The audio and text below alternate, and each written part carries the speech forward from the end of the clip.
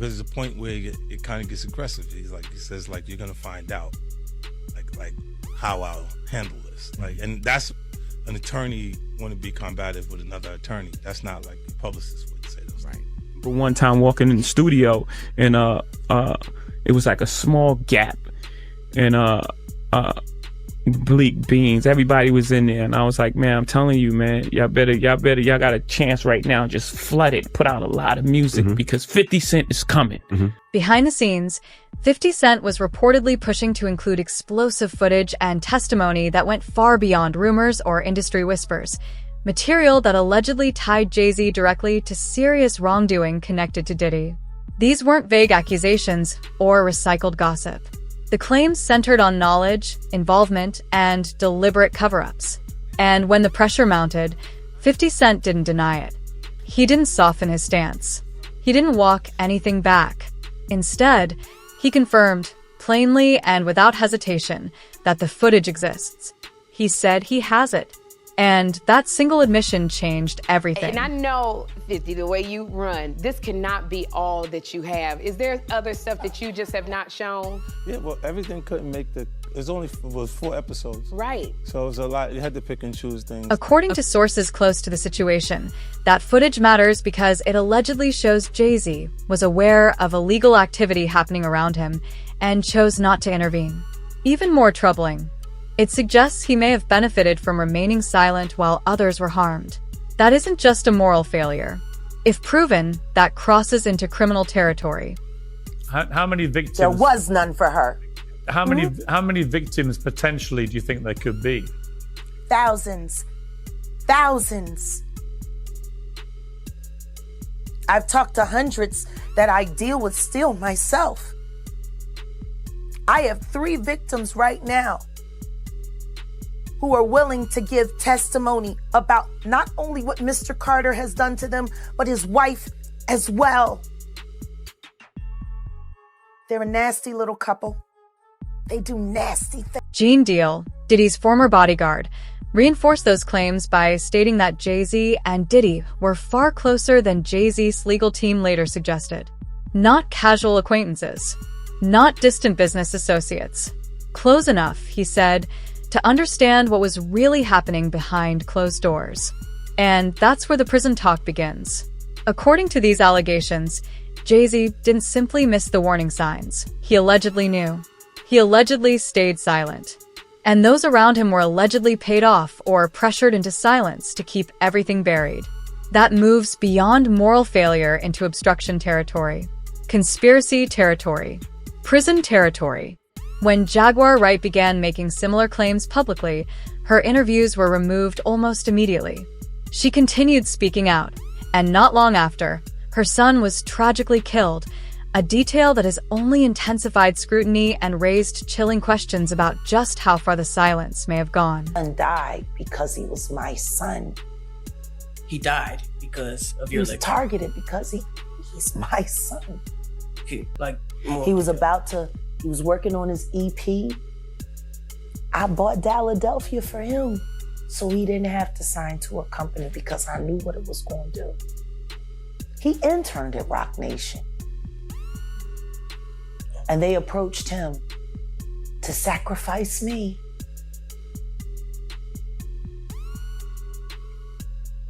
I saw his death when he was 19.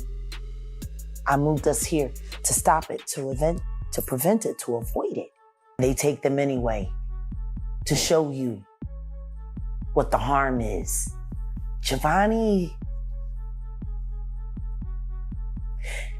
his death is why I do what I do. Clips began vanishing. Conversations quietly disappeared. The same kind of cleanup sources say followed the documentary as well. But now, it appears 50 Cent is reopening the past, allegedly bringing in Jaguar Wright to confront what she describes as a long-buried history of wrongdoing. At the center of her claims is one of the most controversial allegations of all, alleged complicity surrounding the death of Aaliyah. And whenever Jaguar Wright speaks about what happened to Aaliyah, she always returns to the same unsettling question: why was it never properly investigated? Not partially, not discreetly, not at all. It was never investigated. Hype was never questioned. Lenny Kravitz made a statement, and it was never publicized.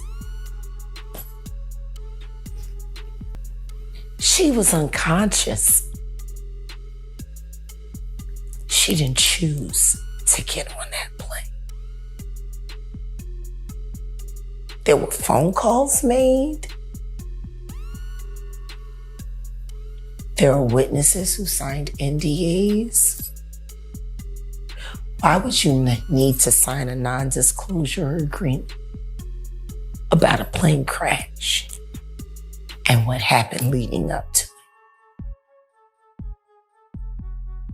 it? Please, someone answer that. Do you feel like the night? Why the fuck would you need to sign? A nigga don't ask about a plane crash if it was accidental. Do you feel like? Riddle me that. Riddle me that. Work with me here in this moment. And I'm gonna ask you. A plane crash should be accidental. Should be.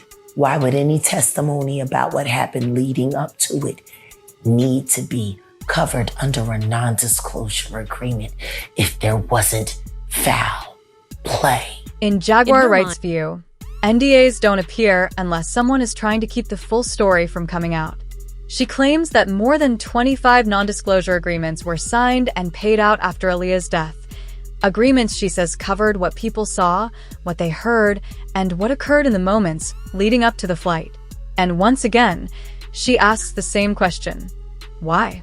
Then, she turns her focus to Jay-Z. Carter, now I'm going to ask you, why would non-disclosure agreements need to be signed for an accident?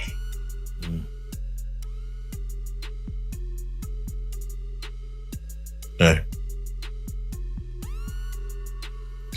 There were over 25 non-disclosure agreements cashed out and recorded regarding the death of that beautiful girl and every other human being that died on that plane with her.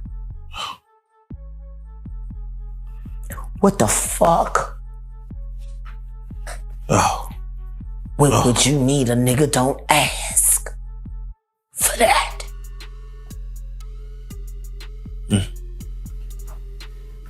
And Diddy had Hype Williams the balls. Belly was a money pit.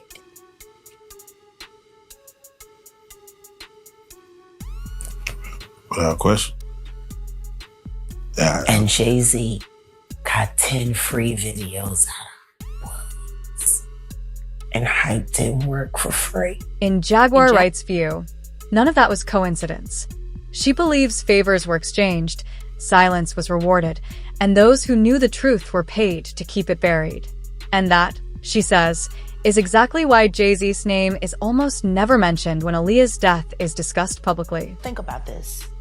Sean Carter is responsible for enacting Hype Williams to put Aaliyah on a faulty plane to move her out the way as punishment for rejecting him, and so he could level up Beyonce, who was struggling. Let's just say allegedly that happened. Now I want you to think about 106th and Park with Mary J. Blige. Free, who is a victim of Sean Carter. Yeah. Mary J. Blige, who is a victim of Sean Combs, are sitting there talking about the death of Aaliyah amongst each other. Think about that. You got a Diddy victim, you got a Jay-Z victim, and you got a superstar gone. They know what happened. And yet, they had to sit there and have that conversation like they didn't know who did it. Jaguar Wright's central argument is simple, but serious. If Aaliyah's death were truly just an accident, there would be no need for secrecy, legal silence, or quiet payouts. And the fact that Jay-Z's career took a dramatic leap forward soon after, while questions faded and scrutiny disappeared, is exactly why she believes his role deserves real investigation.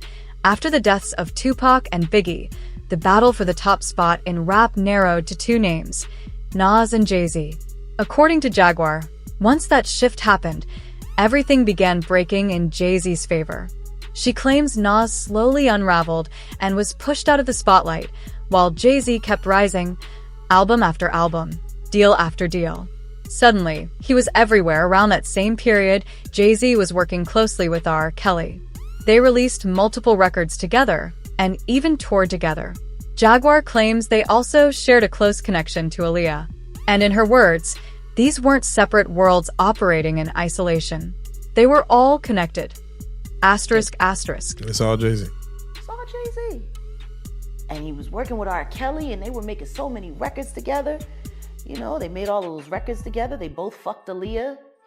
They shared so much in common. You know? And then there was a falling out. And that's like it never happened.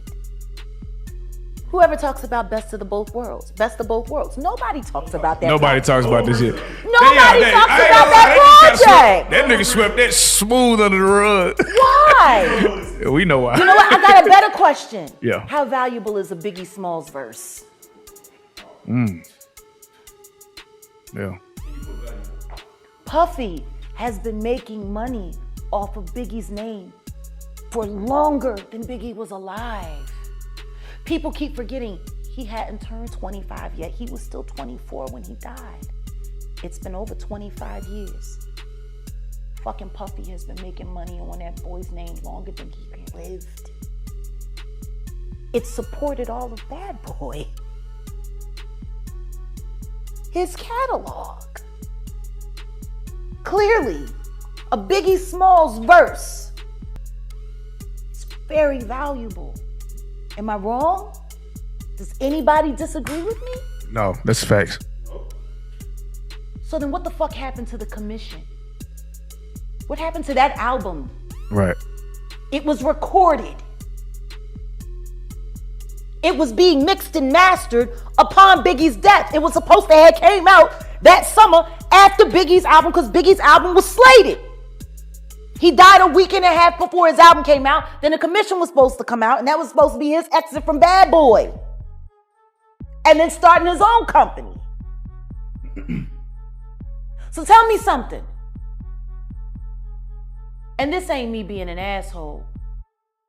I think everybody that knows Sean Carter knows that he will slump anyone in any relationship for $1. Jaguar Wright also points to a pattern she says repeats throughout Jay-Z's rise, moving on from people who helped build his early success once they were no longer useful.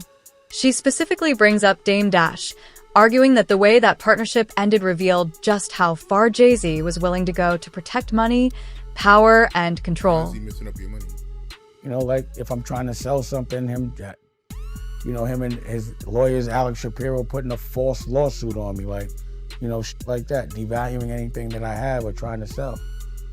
But, you know, or even down to like, we were selling Rockware, right, for like $400 million or whatever. I was gonna make $40 million. And right before Tommy Hilfiger signs the papers, he makes an announcement saying that he's not f***ing with Rockware, that he's only f***ing with S. Carter. The whole shit up. And I just feel like he did that only because I was going to make $40 million. Like he just couldn't see, like they get so mad if I'm going to make money off them. But every time I could have made a really big check, he's always stepped in and intentionally f***ed it up. Every time. Listen, don't ask me, ask the rest of the industry. Like, you know, that's why I got the f*** away. I mean, one of the reasons. Like Jay, I like the way I would look at it, like if you could compare him to like a character now, I'd say he's like the Penguin. He's like ruthless like that with his friends or people that help him. At least that's how. She then connects it back to Aaliyah. Jaguar Wright claims Aaliyah's death occurred at a moment when multiple careers were quietly shifting behind the scenes. She points out that in the aftermath, Jay-Z's world continued to expand while others slowly faded from view. And after spending enough time in the industry, she says, patterns become impossible to ignore, especially when the same name keeps surviving every storm. And then Aaliyah died.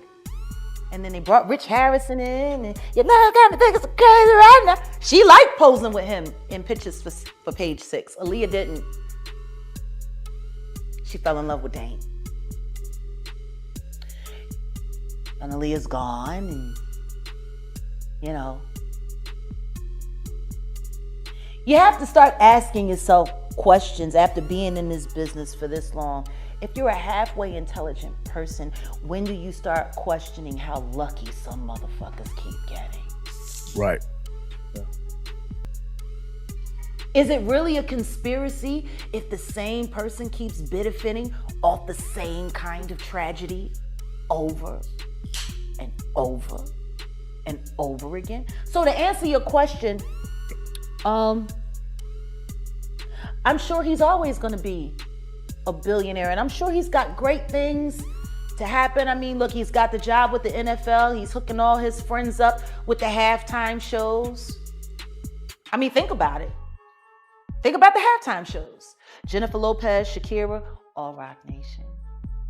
Now Rihanna, and then we had the whole LA thing, which of course he was involved in that, and then they pulled Mary J. Blige off to, you know, make sure she got that money for Kendall, and you know, they had that whole moment, you know, but all he's doing is using his friends and the people that he fucks with, or at least the people that signs his non-disclosure agreements.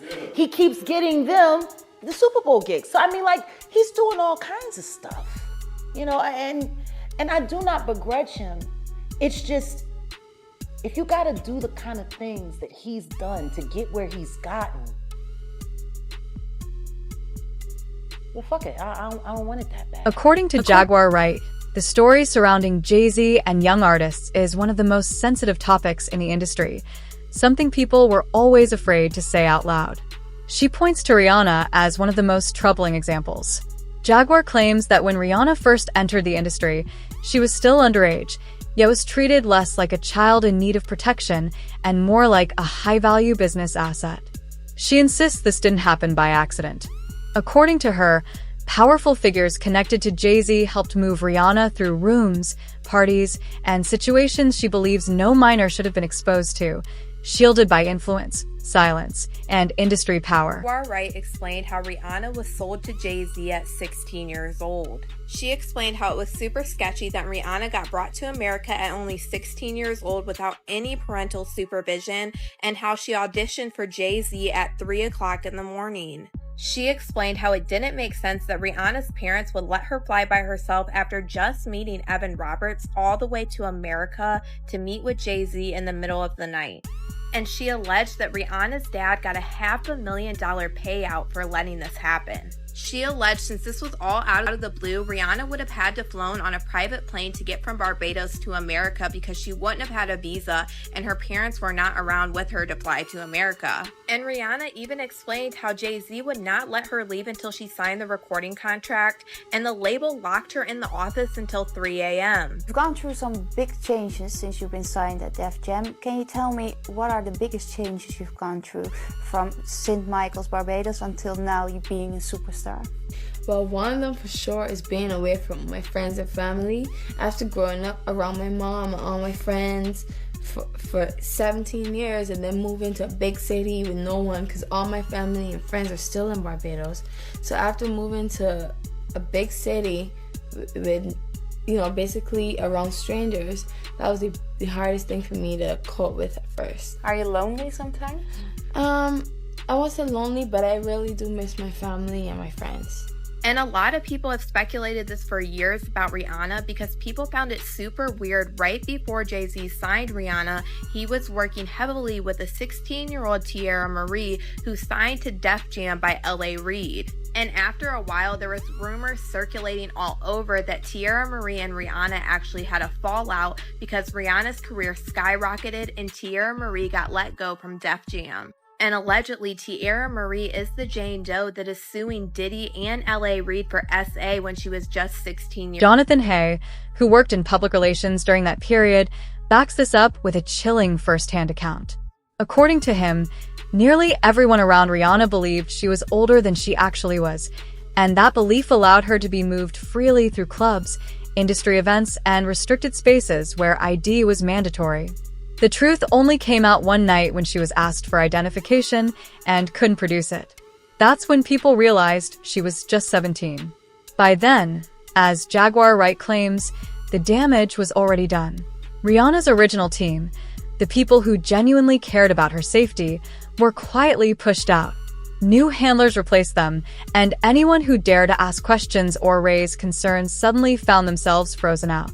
Jonathan explains this is how the industry really silences people. No warnings, no announcements, no official blacklist.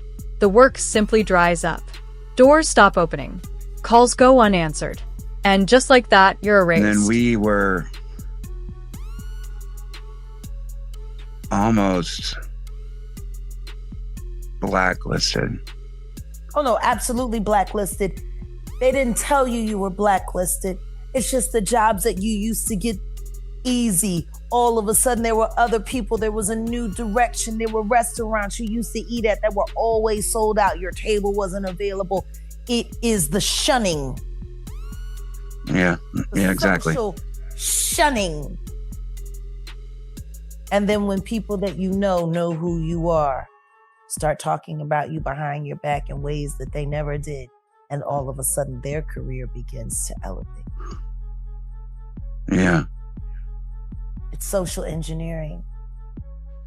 And the sad thing about it is, every last rapper that you said fucked you over also happens to be a government informant. Yeah.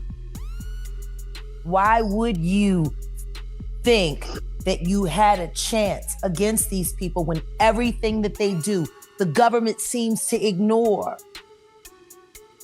It seems like they were untouchable because you didn't know that they had a deal. Right. They had permission to act like assholes and never have to be accountable for it, or so the government said, so they get to fuck over people like you and people like me and people like Aaliyah, people like Rihanna, people like Lauryn Hill, people like Rakim, people like Nas. You know what I'm speaking. Yeah. But even back in 2005, when we had spoke to the FBI, I didn't think of her like. See if you were willing to testify against him, so they would know whether or not they were going to have to move you around. She also alleges that Jay-Z filmed music videos in foreign locations where young models were present, places far from scrutiny, where powerful connections ensured no one asked questions and nothing was documented. According to Jaguar Wright, silence in the industry isn't accidental. It's engineered through airtight contracts, ironclad NDAs, and massive payouts. She says children and young artists suffer the most because the moment they sign a deal, they stop being treated like human beings and start being handled like assets. Feelings don't matter. Protection doesn't matter. Only profit does. And in Jaguar's view, Rihanna was one of those young artists, a teenager pushed into a machine that saw her value, not her vulnerability. Someone who was there at the beginning of her career, who took such great care to get her there. She shouldn't have been stripped from her team. Right. From her protection, no different than a rose. They went into the garden and they stripped the thorns and they pulled it out and they've been ripping petals off piece by piece, year for year. Correct. Let's change that.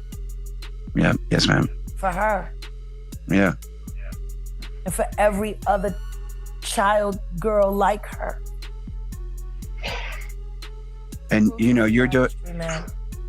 Listen, you're doing the same thing that Dream Hampton did when she laid out the R. Kelly case for the prosecutors to finally, after 20 years, go and charge him.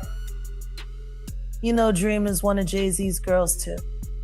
Yeah, but I'm just saying the way that she she to do that right. Are you serious? Yeah. Yeah. Because you wanted to take him Paid out? her to do Surviving R. Kelly and Bringing Me To. Just like he loaned his lawyer Spiro to Tupac's family so that they can get to the bottom of his unalivement. As if he doesn't She claims already know. Jay-Z was in positions where he could have protected people, but instead, those people were removed, silenced, or quietly replaced so careers could keep moving and money could keep flowing. According to her, anyone who disrupted that system didn't get confronted. They simply disappeared. And this is where things start to connect. Because everything 50 Cent has been doing lately, all the shots, the comments, the talk about exposing Jay-Z didn't come out of nowhere.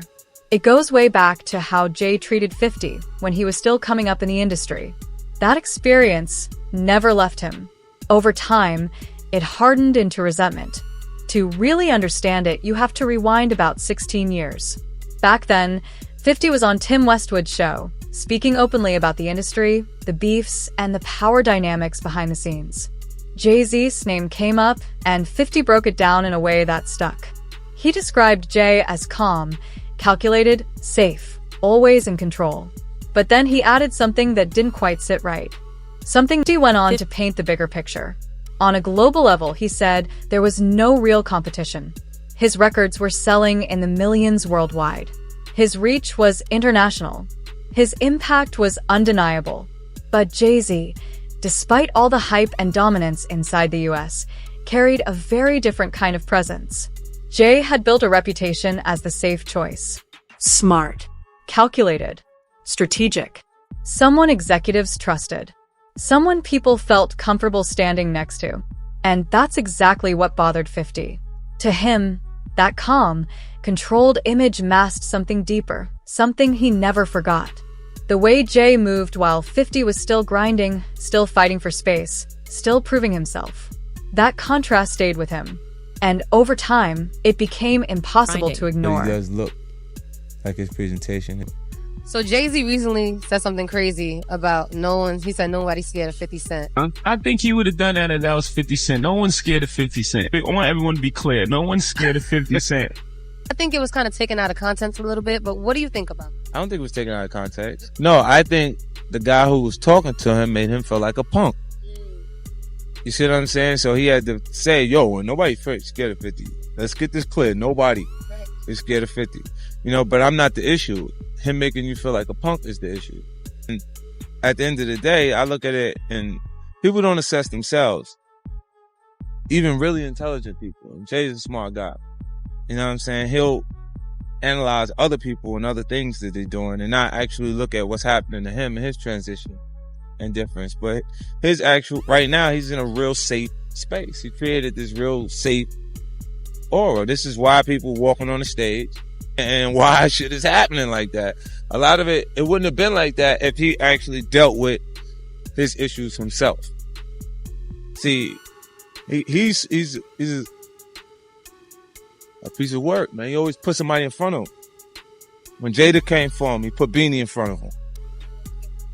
And Beanie went back and forth with Jadakiss. When Cam came for him, he put True Life in front of him.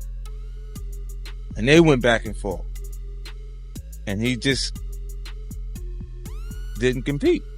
Him and Alicia are supposed to be doing a song again at the AMAs, but they're going to have like 20 security members on the stage making sure nobody bum rushes the stage. Makes sense. I mean, that's crazy. I think everyone was kind of like just going crazy that night anyway at the MTV Awards. Yeah, but that's not... Nah, everyone wasn't. They just felt... You gotta feel comfortable enough to do that. Like, see, don't get fucked up. I'll fuck up. You do some shit like that, and I'll fuck up. Let me go on record with that shit, because I ain't really with all that dumb shit. I think everybody already know that. And they know, like... They already know. But she wouldn't have walked up there no matter how hot your record is. She'd enjoyed that shit from the seat. Like everybody else. Like, yo. Yeah. Yeah, you wouldn't have walked up there. You know fucking better. Like, it's not that comfortable when I'm around. You know I'm coming with something that can make the response right away if they do something crazy. Right? How you gonna be doing what I'm doing and be comfortable? If you ain't got no And that's why 50 Cent keeps circling back to Jay-Z, even all these years later. This was never just about competing for the spotlight. In 50's eyes, it's about calling out the games that were played behind closed doors, the power moves, the alliances, and the way people were treated when they were still trying to break through in the same industry. And now, as old stories resurface and new allegations continue to swirl around Jay-Z, the tension feels heavier than ever. Whether coincidence or consequence, the timing has people paying attention. So the real question is, where does this all lead next? And will 50 Cent finally say everything he's been holding back? Let us know what you think in the comments.